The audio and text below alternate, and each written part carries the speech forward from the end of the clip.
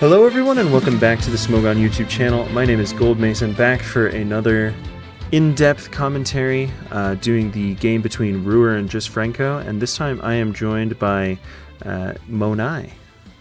Hey, how's it going? Pretty good, pretty good. I'm excited for this black and white game and wanted to see what your thoughts are on it.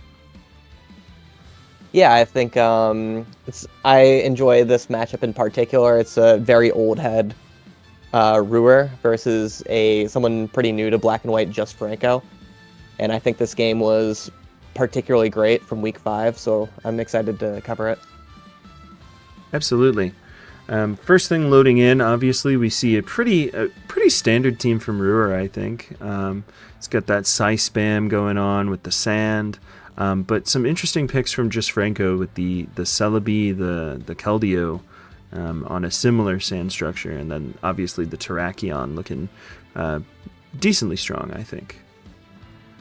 Yeah, it has it combines two powerful combos of like the ground spam with Exca and Landorus with the double fighters. So you have multiple angles of attack, and it's just a robust and consistent sand team. Absolutely. So let's hop in to see the first turn or so, just to see these leads. We've got Latios versus Keldeo.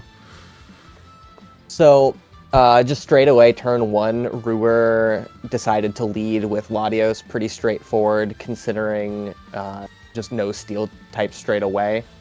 In Gen 5, rock types will gain bonus Spidef boost. I guess I'm sure the audience knows that. So considering the steel type Excadrill is really frail, it's threatened by just Vex straight away. JustFranco leading off with Keldeo to punish any potential hazard play from Rewer, whether it's T-Tar or Landorus or even Ferrothorn, Keldeo can trade against. So pretty aggressive leads from the both of them. Yeah, and it looks like Rewer maybe got the upper hand on this interaction. I mean, this Draco Meteor is going to do a ton. At least that's what I assume Latios will be clicking. Actually, wow. So both players playing it super safe. Rewer seems to not just want to Draco into the T-Tar and let himself get trapped immediately, even if he gets damage on that Tyranitar for his Alakazam in the back. Similarly, Franco respecting both specs, not letting his Keldeo get O-Code or his Tyranitar take that gigantic Draco Meteor, and just tossing the Celebi in to absorb the Draco Meteor. Very good, very safe plays from the both of them starting at the game. Absolutely. And without Hidden Power Fire, I think we're going to see something go up. Yeah, even with Hidden Power Fire, Ferrothorn is pretty unbothered by an unboosted Hidden Power Fire. But as we can see, Celebi nasty plotting up here.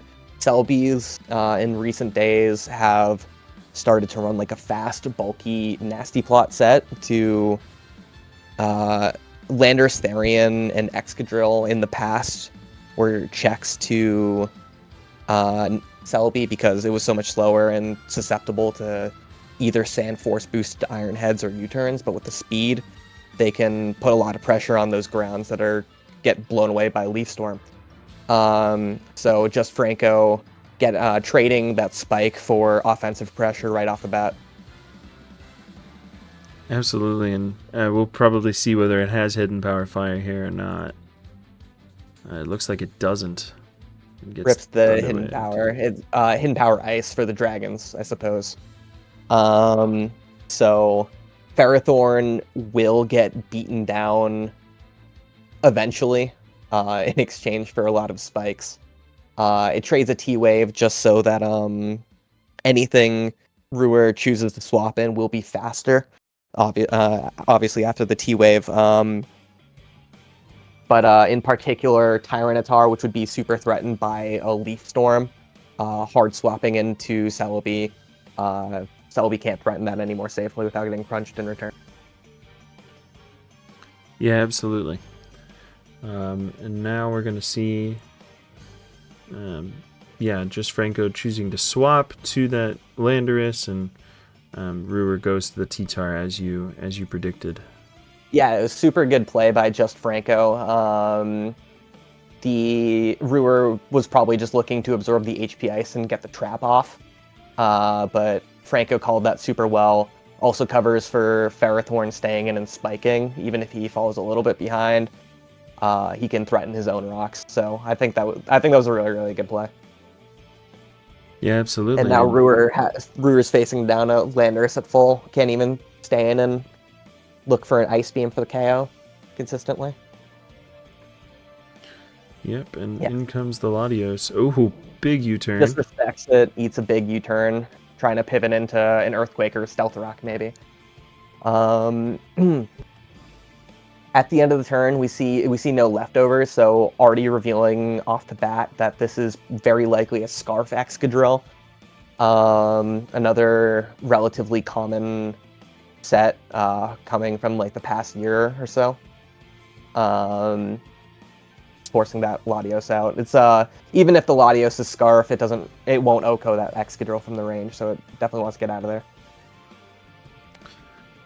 Gotcha. And it's gonna leave it 37%. Not gonna be super happy about that. Unable to check that Keldeo now. Just going for the Sand Force boosted Iron Head. Big crit.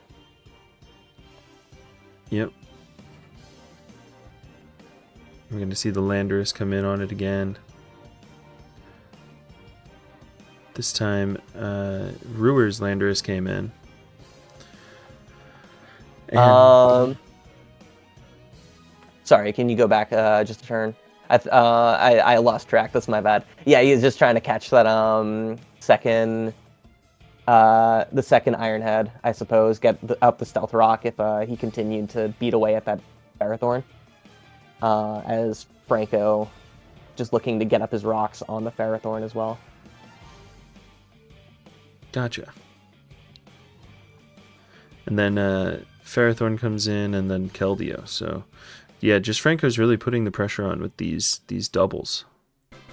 Yeah, continuously keeping himself in a good position, and this is a really, really strong spot as well, because the Latios he managed to catch with the U-turn earlier is no longer in a spot to absorb the Secret Sword. So this should be forcing out a kill here. Tyranitar. Obviously, not a great swap to Keldeo, but Rewer just acknowledging that his Tyranitar, there's no threatening Psychic that Tyranitar beats. There's no Latios, Alakazam, or Reuniclus, those are the big ones. That Tyranitar is not a good check to a nasty plot Leaf Storm Celebi at all. So just sacking it, despite there still being a Psychic around, because Tyranitar is not providing much at all. Yeah, makes sense. It's probably the least relevant user on the Pokemon on the team. So and now we're going to see that Latios come back in. Yeah, Keldeo has been put in range by the spike for that Draco Meteor, but just revealing specs and Okoing that Celebi from near full after the spike. Yeah, exploded. So, but now that it's been dropped, it's low health. Tyranitar can get the trap off really easily. Which it does come in for, and we're going to see Rewer get that second Draco Meteor just for a little chip as the Latios goes down. This is actually a very common strategy in Black and White, using that Latios as like the early game wall breaker. Try to get a kill, try to bring Tyranitar down really, really low, so Alakazam can sweep in the back. Yeah, absolutely, and Alakazam does look quite threatening into pretty much the whole team. Excadrill being like the biggest counter I see, or check. So. Yeah, with Chople and Tyranitar is very heavy Spadef. It should live even a Focus Blast after the next spike. So Franco's got potentially one more trap attempt, but it's really a thin line between life and death. One more double from the Zam, or maybe Stealth Rock will put it in range. Yeah, and we're going to see Excadrill come in and then double to that Zam. A super aggro Zam to catch that Keldeo. I thought this was a super good double in particular because he did a good job catching that Iron Head resistance. Can you check that Landorus's HP for me? Sorry, what was that? Sorry, can you check the Landorus's HP? Boulder at 100. Yeah, okay, it's at full. If the Alakazam is ice, then it would OHKO that Landorus from full, but if it is the somewhat more common fire and grass, then Zam would only be OHKOing Keldeo from that range. So calling out that Keldeo is a really, really good double. Yeah, absolutely.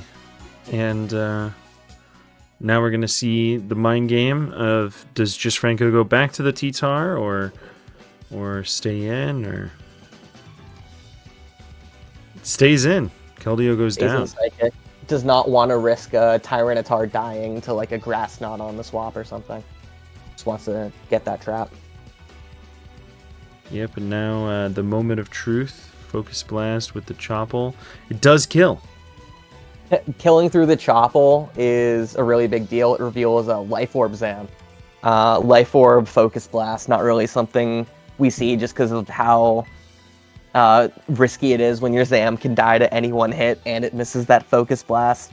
Feels really bad, but it's paying off really big here.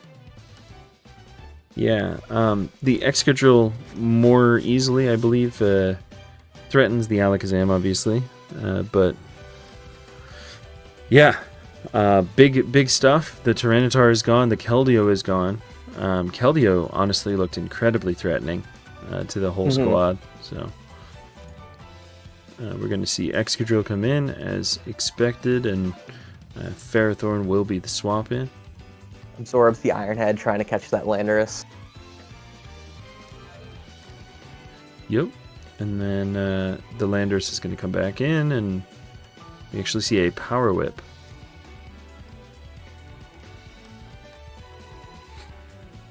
Taking that quite well after the Intimidate. At this point, the Ferrothorn or the Landorus can try to beat down the Ferrothorn and maybe set up an Iron Head sweep. Or